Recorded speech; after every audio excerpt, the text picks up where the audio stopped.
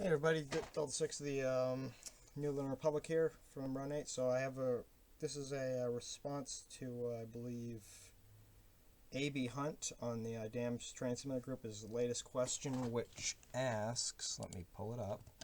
Well, it's coming up on Labor Day, announcing the end of the summer event. Run8 has released about every cheesy thing that they have left to release as far as V1, and I'm sure the same items will work in V2, ...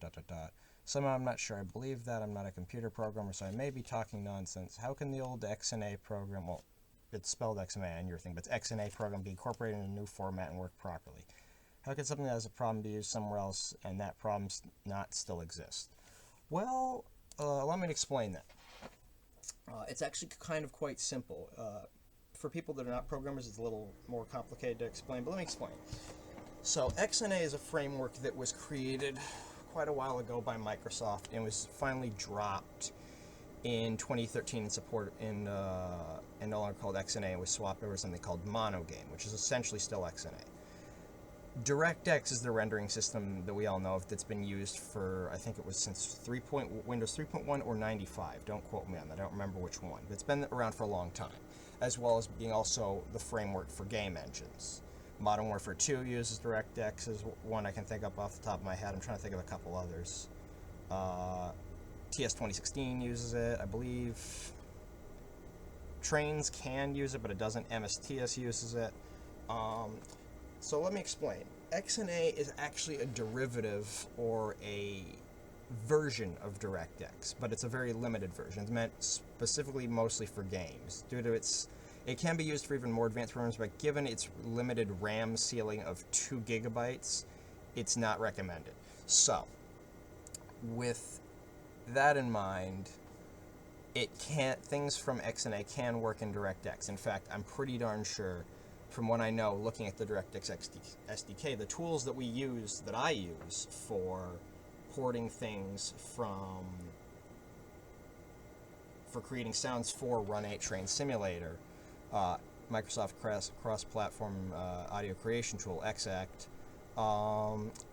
that is listed when you run it as administrator as part of the DirectX SDK. So what that means is XNA is just basically an older version of DX11 and DX9. So things from XNA will work in DirectX. There might be a little bit of porting involved or a little bit of code changes, but not much, and everything should still work as it should.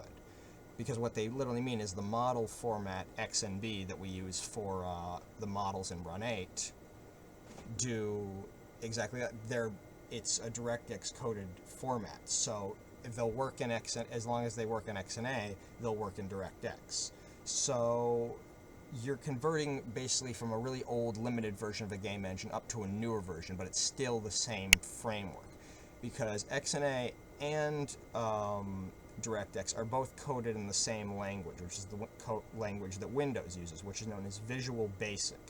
Windows itself uses Visual Basic. Windows programs created for Windows usually use Visual Basic. And XNA doesn't have its own game studio. The XNA game studio is code and a content pipeline system that is then built into, basically as an add-on, into Visual Studio to program with. So, both DirectX and XNA are both built in the exact same thing. So you can compile stuff from XNA, specifically like compile FBX models into an XNB format and have them load in both DirectX and XNA. In fact, there are two different DLLs in Run8. One that is the X content importer and the FBX content importer. FBX is a file format that's created by Blender, but it's recognized by XNA. The X file format, which we don't use yet, but is listed as a DLL in Run8 just because it's XNA, is the file format recognized by the DirectX engine for models, and will probably eventually become the standard as well for our texture files as well. We won't be able to compile them necessarily into XNBs anymore. We might be able to, and that will still work, but we can probably also compile them into X format now. Although I believe that's specifically for models and not for textures, which will probably still be under the XNB format that I've been porting to using Magica Modder for the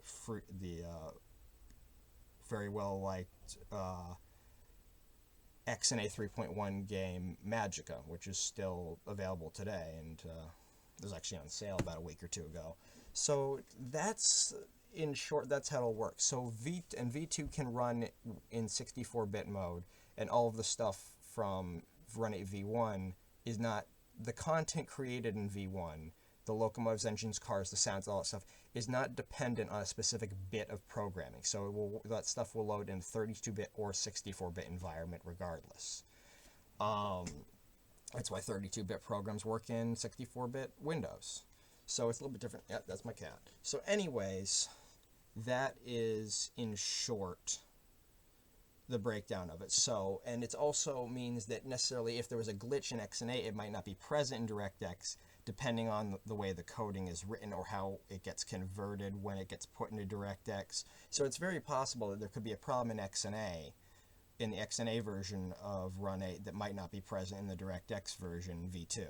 So I hope that answers your guys' questions. And I just watched the reveal for TS 2017 and the thing called Train Sim World, which literally looks like MSTS2, and it claims it's going to have multiplayer, but it won't have the AI management system for like Run8 will, which is the real kicker for me. That's seriously the thing that I'm looking forward to the most, is AI. I mean, I'm still dying to have the ampletes like this week, but so I hope that answers your question, AB, and to anyone else that was asking. So yeah. So I'll see you guys later. Hey AB, this is Joan again. Yeah, it's been about 6 days since you last replied, so it's taken too long. But anyways, if that alarm would go off, I was gonna finish off the discussion with your thing. So thanks, Jonah, for taking the time to explain most of what you're saying. Just maybe limited. You were saying, and you stated that the XNB or XNA may be limited as they're converted, not to cut it down, just trying to get a complete understanding of said equipment is somehow limited. Would be the physics of its operation to a certain extent. Well, sort of. I'm going to backtrack a little bit on what I said in the first video.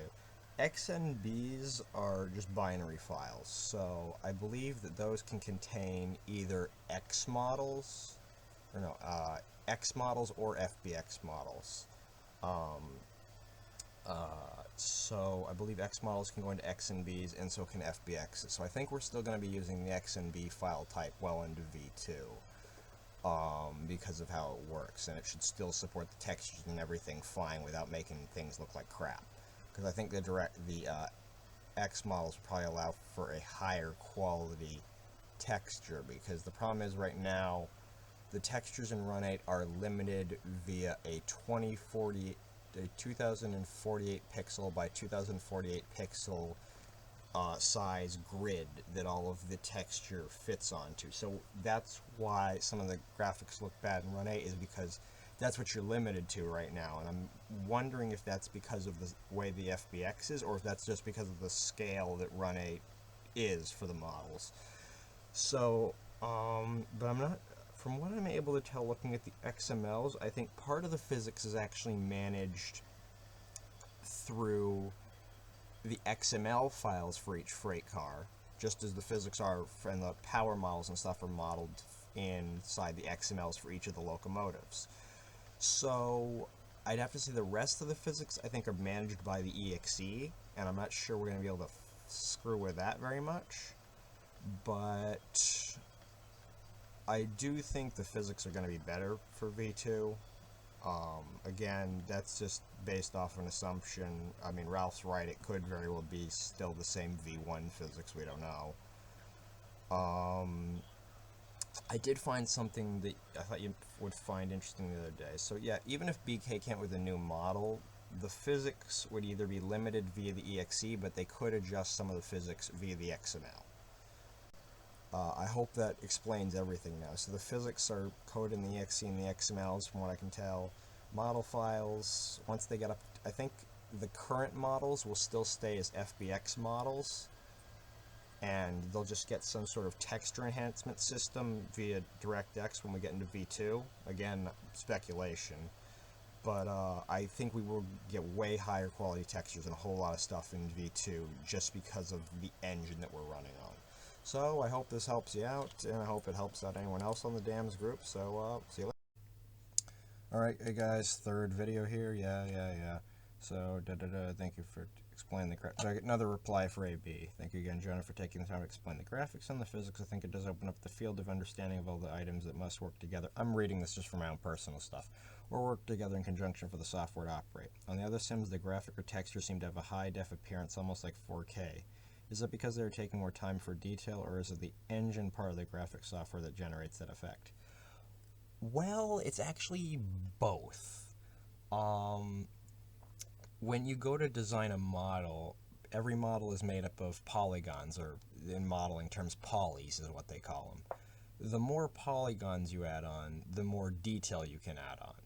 That also requires that you have something that can process that much detail. So anything with an extreme number of polygons requires far more processing power to render than something with a few polygons. Like if you try to put the MSTS-9 in Run8, it would take so much less RAM to load it and render it than, say, Run8's default GEVO. Part of it has to do with the quality of the model, and the rest of it is taken care of by the rendering system. In this case, it would be DirectX. So you can have the most high-quality model in the world ever, but unless you have a rendering system that's built to be able to handle those models properly, then everything will look like crap. So what they've done in V2 is they've designed, using the models, the old models, as well as the new ones they've generated, design those to a certain quality that the rendering system can pick up on the old models and apply its post-processing or rendering to those models and textures.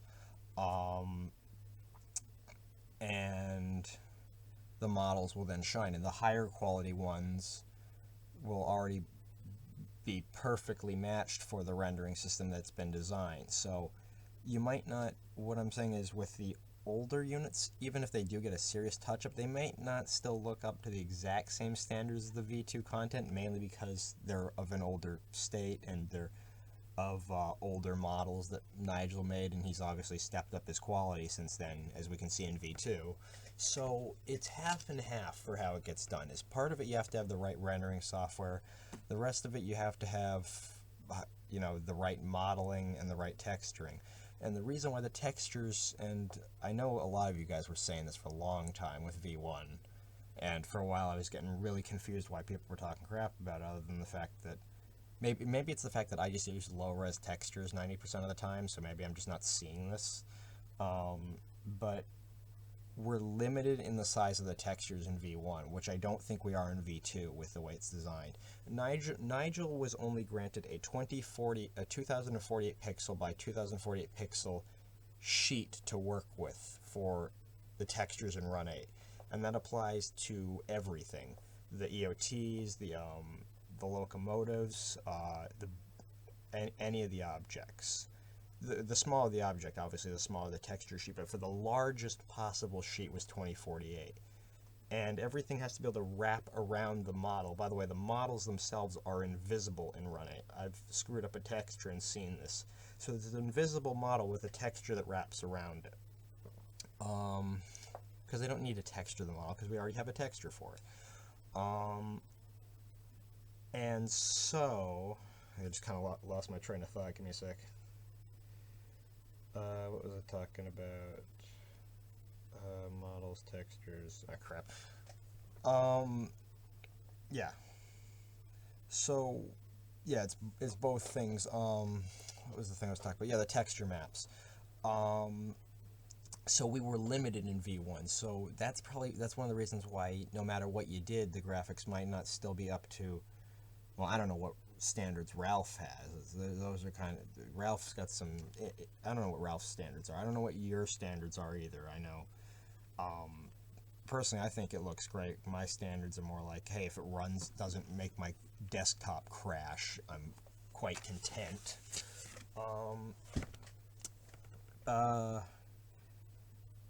but we're not. It's far more closer to being limitless with how we can customize things in how things will be customized in V2. Now I don't know how BK is going to pull any of this stuff off because they got to build a model first, import it through the DirectX pipeline now to a model file, and then you got to bind a texture to it, and then you got to make sure the exe recognizes it. If the exe doesn't recognize it, good luck. So that's what I have to say for now. I'm excited as all hell for V2, if you guys couldn't tell. Um, but that's that's pretty much all I can say about it. So yeah, I really do hope I've helped you out with understanding this stuff. ABs. Part of it is that Run8 was limited with just what that's when John said that XNA was a limiting thing, he seriously meant it. There was stuff in XNA that is the reason why we couldn't make Run8 couldn't be as fantastic as people were wanting it to be, because there was limitations. Now there's not so much because it's DirectX and we got 64-bit, so you can go crazy. So yeah, so I really hope that it helps. And also, snarky comments of still looks like crap aside, yeah. So to anyone else in the DAMS group, hope this helps you out as well, and I'll see you later.